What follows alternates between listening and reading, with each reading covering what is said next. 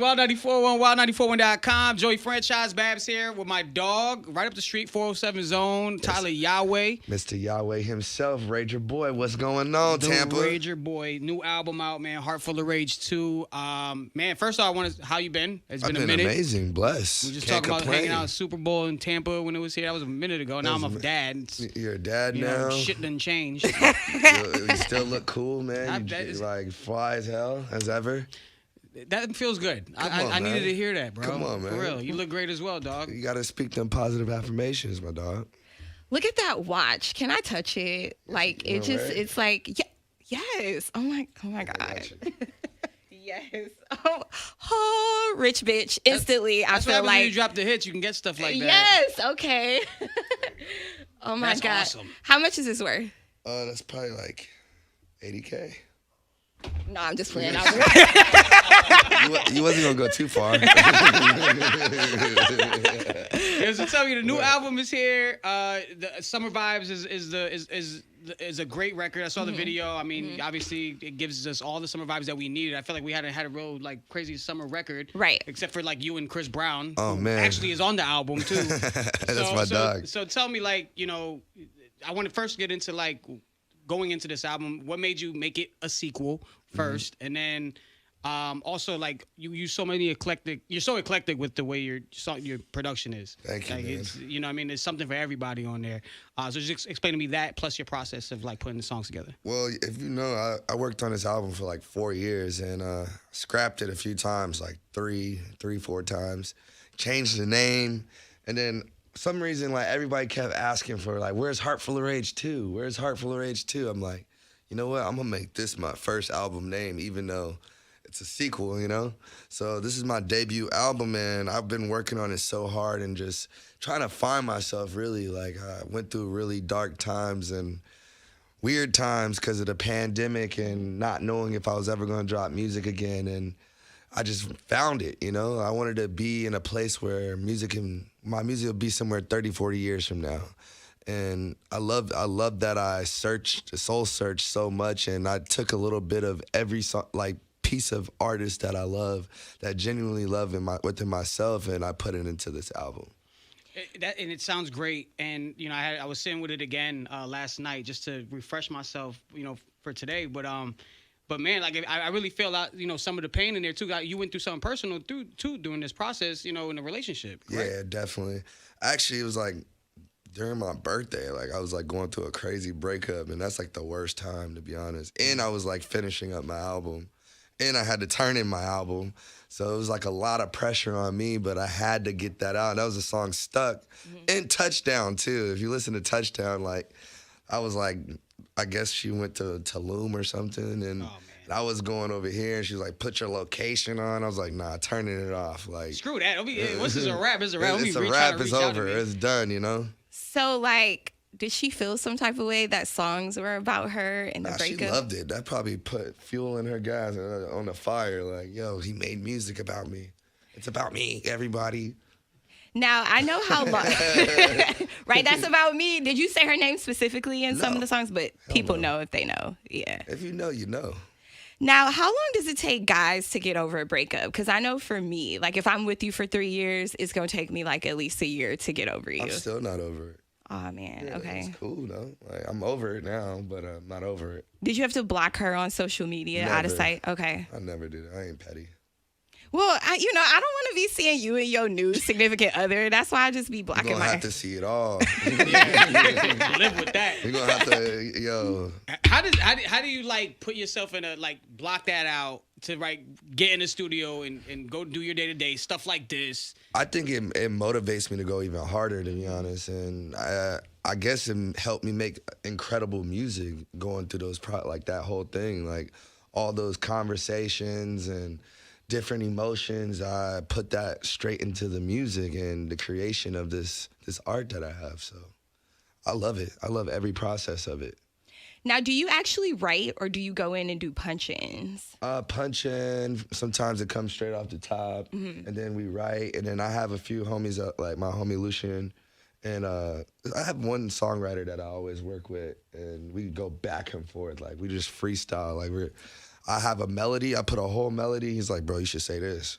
Or then I'd be like, nah, I'm gonna switch it up and say this. Like, and I don't mind because that's my dog. A lot of people not really open to having songwriters because they think it's like all of, like I want to do it myself. But nah, these are people that have ideas too that can make hits, and I don't mind making a hit. Now, I heard you say, like, you scrapped it a couple of times. How did you know, like, what is the feeling you get when you know this is the one, this is the project that I'm going to put out? Well, it was just like, I wanted to, like how one of my managers said, we had too many chefs in the kitchen. And I felt like it was just too many. It was like the album was going too many ways and like, oh, they wanted me to sound like this or they wanted me to sound like that. But I wanted to sound like myself and I didn't want to sound like anybody else. So I was like, you know what? Nah, we get this out the way. We're going this path right here. And honestly, I make thousands of songs, and you never know. It might come out in the next 3-4 years from now or next 5 years. It might come out tomorrow. So you just never know when that song is going to come out. So some of those songs I had to throw out. I'm like, yeah, it's not for this album, probably for the next album. Or it's going to probably for another single. You never know. One thing I was talking about Babs about, because we were just talking about like, you know, artists who've like kind of came and gone. Right. And they had like that one hot summer and they just like kind of filtered out a little bit. I ain't gonna say no names. Fetty Wap, but yeah. But, for example, he's a good Free Freddie, man. But he's Yes. Free Freddie, but like my thing was just like I feel like for him it was more so putting one hit after the hit. And I feel like he threw all his hits all out at once. And I feel like with you, you've had like High Right Now, Stun on You, All the Smoke, Tommy Lee. Like you've always kind of spaced out a lot of your hits. Has there ever been one record or that you left off this album that you're like, damn, you know what? I have some songs that I just know that's gonna be stadium records. Like I see it, like when I hear it, I'm like, yo, people are gonna. This might be my Grammy right here. You never know, but it's a time. Everything has its time, and I'm patient. I'm very patient with it. So when that moment comes around, I hope everybody hears it. Facts. Now, I want to know about your studio process because, you know, I know a lot of artists, they have to go into the studio, you know, they have like their weed, they have their strippers standing in front of them. Like, what is your motivation in the studio? Do you just go by yourself or how? Well, I have like a dope studio we go to. It's called Avex, and it's like a house. It's like a mansion, like pretty much, and got a pool, got the little catering situation going on. Like mad Celsius alcohol, like whatever you can smoke in there and stuff. So it's just one of those situations, like I'll probably go during the day or I might go during the night. And then like I'll have a bunch of my producers there just cooking up. Like, so now it's just the process. I guess I'm getting a little bougie with it, but like back in the days, I would just be by myself, or I remember times riding my bike to the studio at like 1 o'clock in the morning just to get this idea out, paying $30 an hour. So it's whatever I'm feeling, to be honest. Like sometimes I'm by myself, sometimes I got a female with me, sometimes I got the homies with me, sometimes I just got my producers. That's it. That's all I want in there, just my producers, no one else. It just depends. Sometimes I just record by myself. You know, I record myself and call it a day. And I didn't know you were from the 407. Yeah, I'm from Orlando, out to my Springs, baby. Get it right. Have you ever had any like Florida man moments? Because, you know, I feel like everyone in Florida has. I had a Florida man moment last night. I'm not even gonna lie. So I don't know if I want to say this, but this lady at McDonald's was being so rude to me, bro. Like I was like, yo, why you came at me and I was being the nicest person. Was it like a patron or just someone that worked there? Man, I don't know what was wrong with her, man. Oh, yeah. I didn't throw the Sprite out there. I just dropped it. Yeah. Oh, okay, yeah. She like handed it to me. I was like, and then left away. Well, I feel like ever since I moved to Florida, I've been having a lot of Florida man moments, but I'm going to tell you off air, so. Tell me a Florida man moment. No, you got to share a Florida man moment now. One time, our previous afternoon show, they played it on air, but the hurricane was coming and my alarm started going off on my phone and I was on 275 and they were like, shelter in place. So I called 911 I was like, hi, I'm on 275 and I don't know what to do. And they're like, what? And I was like, the hurricane's coming. I don't know what to do. They're like, just get under a bridge and like stay there. So my Florida man moment was calling 911 because a hurricane was coming. And they were like, What is they gonna do? I don't know. I don't know why I called 911. It was just like a thing. But Jesus, yeah. man. Why didn't you call? Like, I would have been like, yo, get your ass off the damn highway. Yeah, I mean, I didn't know what to do. Once So you that was from Florida, it's just in us. It's instilled, man. It just doesn't matter. And then my wig came off on the news, so I've got a lot of like, Florida man Jesus. moments. Hey, man, at least you ain't scared to say it, man. Now, where's your favorite spot to go eat at here in Florida or even in Orlando? Like, if someone was from out of town and they were like, house. okay, My mom's. But nah, it's this place called Flyers, and it's like fried chicken and everything, like soul food. We jamming, Jamaican spot. Hey. This is like mama pop Cuban spot that's so fire. Like, oh my God, the rosca pollo, all that plantains. Now you're talking about language. Come on. yes. Come on now. Come on, man, I ain't had lunch yet. I This love is good crazy. food though. Like I like tasting foods all around the world, you know. Do you like Cleo's, the strip club in Orlando? Nah. Yeah. I'm not going to Cleo's, man. My sister was a bottle girl. Cleo's, you might have to keep a Cleo on you for real. Yo, so getting back to the album, you have Tommy Lee leaving a voicemail. I know. I mean, obviously the record was crazy. I mean, him being in a way an idol to you. Definitely. To him give you like voices, like what's those conversations like between y'all? Oh man, insane. I guess he's like me when I'm older, pretty much. Like just a free spirit, young at all times, get lit. Don't care what he's gonna say. He's gonna speak his mind no matter what. And he just sends me random messages sometimes. Like you don't know what you're gonna get out of him. And he's just a good person, man. It's amazing to know that a legend like that, like, messes with you, and then it's just like, yo, I'm gonna keep that and keep going with that. So shout out to Tommy Lee. What's the wildest thing y'all ever done, like hanging out wise? Well, I was at his house. Like his house is insane. Really? His house is crazy, and we got drunk, very drunk. Made some music, but I haven't had like a crazy wild moment with him yet because we always on the road. So, but when I get a chance, probably gonna share that moment. That's fire. Now, what would you tell your younger self, like before you got it popping in the music industry, knowing what you know now? I couldn't tell my younger self nothing because I did not listen at all. So, so I couldn't tell him nothing. He was going to keep going regardless. But I still feel like I'm still that person no matter what. Like I'm hungry for this and I want to make this dream to like a crazy reality when I see it. And it's starting to happen in front of my eyes, so. It's cool, like on this album, to see the choice and selection of people you had featured on it. Obviously, Dej Loaf, Tusi, you got Ty Dolla $ign. Great record, by the way. It's like y'all going back and forth on it. Yeah. Chris Breezy, what's that like? I know you guys are like cool now. You guys hang out. Like, are you that person that rather be, with the artist like one-on-one as opposed to like guys just like sending verses in and stuff like that? All these records was all organically. They all like friendships and just not, calling managers and doing this. It just happened like organically. And with me and Chris, we've been friends for a while. Like we really met during the pandemic. And ever since that, we just been cool as hell. And I never tried to get a record out of him. Never been like, listen to this, send you this. And like never bothered him. One day he just calls me to pull up to the crib, has a dope studio. And I just started playing my album for him. Like he was out there, he was recording. I was just like, yeah, get the aux, play your album. Like played the first song. He's like, man, he walked back in the room like, this is crazy. Second song, you 2 for 2, 3 for 3, 4 for 4. And then City of Dreams popped up. He was like, why you didn't send me this? Like, why you didn't send me this, bro? Like, you got the session on you, had the session, pulled it up, and he recorded it in 15 minutes. Damn. And he's a genius, man, a super genius. Like, and being in that position, it just didn't feel real at all. Like, I'm like, bro, I watched this guy from 106 in Park. Used to try to dance. I can dance, but like really wanted to dance like him, wanted to be like just like Chris Brown, who didn't want to be like Chris Brown growing up.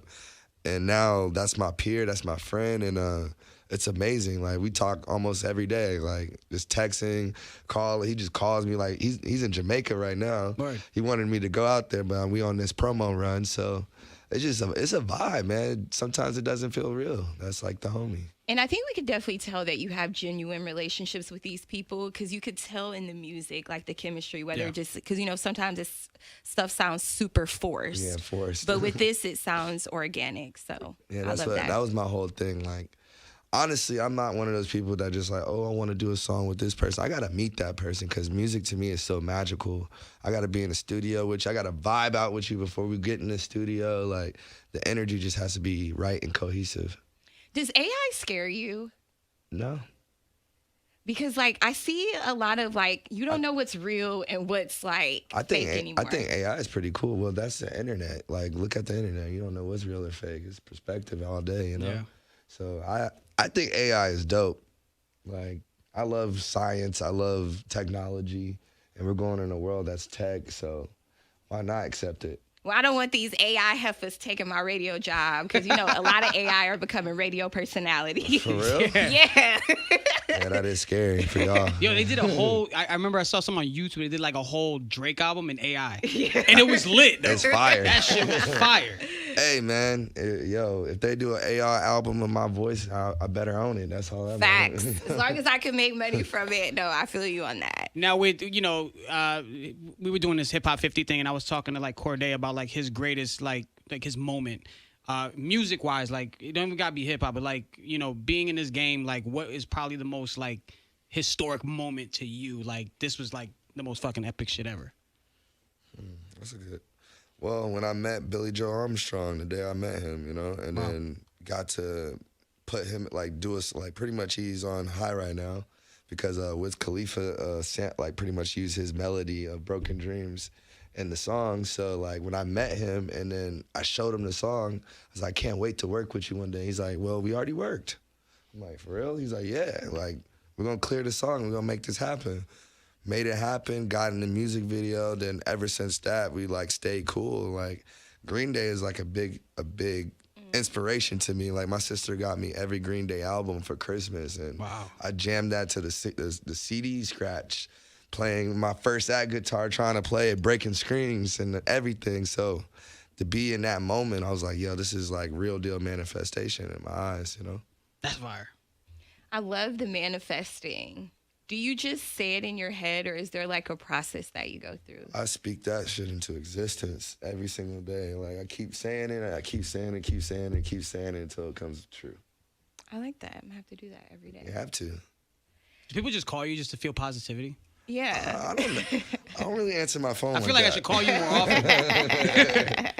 Nah, I always just give my friends like good energy. Wake up happy no matter what. Even if I only got like an hour of sleep, my energy is gonna be up and just ready and active. And I want to give that to everybody in the world. And that's why I have Rager Boy, release all good energy, rage. You know, so every single day I just give you love and light. Anybody in Florida you want to collab with that you haven't collabed with yet? Rod Wave. Yeah. That'd be fire. Me and Rod Wave would be dope together. Well, you know, he listens to the radio. For real? Yeah, he's on like some crazy birthday party here in Hey, September. shout out to Rod Wave, man. If you hear my music and you like it, let's collab, man. We get to meet. Let's make it happen. Yes. We're gonna manifest that. Yes. How about There we we do go. that? Happen. Let's Yeah. make that happen. Keep it real, Florida boy. Love that. Well, thank you so much for coming by to Wild 94.1. Hey, man, come on, man. This my dog, this man. is my brother. We've been doing this for a couple minute. years now. It's time for you to have a baby. Nah, Hey. don't speak that into Don't existence. manifest that yet. I'm cool. In Join due the time. Dad Club with Joey. Hey, I wouldn't mind having kids, you know, but not right now. Who did I see? I You saw- know, all these rappers out here on my chair, you know? They are your sons, okay? They my cheering. But there you have it, man. Heart Full of Rage 2 out right now, man. Man, amazing album. Thank you. I love, like I said, just how eclectic it is. My dog, Tyla Yaweh. Tyla Yaweh. There it is. Woo! My dog. Yeah.